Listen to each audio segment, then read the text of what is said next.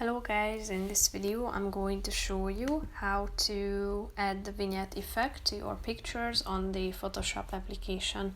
But first I just want to mention, don't forget to subscribe to my channel, because at 100,000 subscribers I am going to show you my whole YouTube revenue statistics and growth strategy, how to make money online. Now let's jump into it.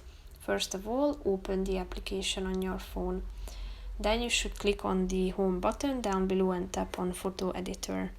Select the picture you would like to edit, so tap on it, and then you should click on the adjustments button down below in the left side corner.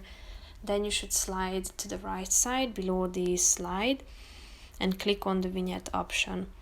So here you can select from a bunch of options: amount, midpoint, feather or roundness. So you have 4 vignette effects that you can apply, and you can use the slider in the middle of the screen to adjust the vignette if you want to apply.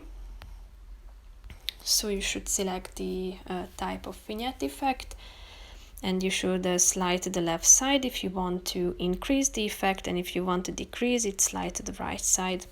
So basically that's it for this video, guys. See you in the next one. Bye bye.